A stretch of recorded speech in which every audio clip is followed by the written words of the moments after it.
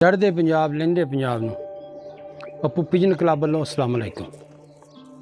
Sir गल है कि दो कबूतर सेल करने हैं, यानी कि दो कबूतर वीडियो बनाने लगे हैं, तुहानूं शौक कराउण लगे हैं। जे मेरे वीर भरा किसी की समझ आ जाए साडे नाल राबता कर लो। पूरा पाकिस्तान कार्गो जिहड़े शहर च कहोगे उत्थे पहुँचा देंगे। तो कबूतर चेक करो जी, चेक करो जी। आ पहला पीस आ पली साफ जानवर जिहड़े होण सार कीते आ, ठीक है। ये दोनों ही भरा ने, नारा दोने, ठीक है। आ पल्ले का शौक करो जी।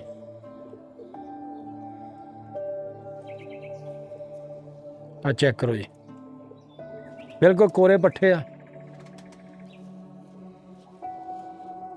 दुम का शौक करो, सख्त वजूद, बंद जोड़, लम्मी हड्डी। आ पंजे का शौक करो जनाब, चेक करो पंजे। जानवर तसली ना वेखिए ना फिर ही पता लगता जानवर चंगे माड़े का।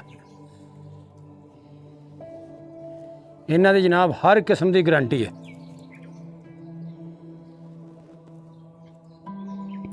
लो जनाब आ दूसरा पीस आ, चेक करो जी।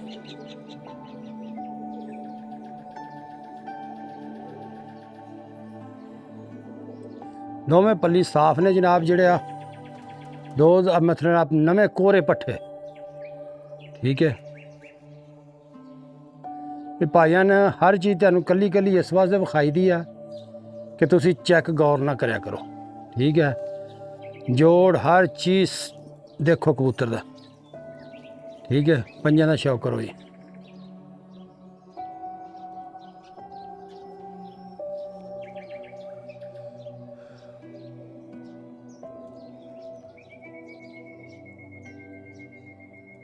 तुहानूं फिरदे टुरदे वीडियो चेक कराउने आ, गौर नाल चेक करो जी। लो जी फिरदे टुरदे तुहानूं वीडियो चेक कराउने जी। आ चेक करो जी, आ पहला पीस आ, ठीक है। आ दूसरा चेक करो जी।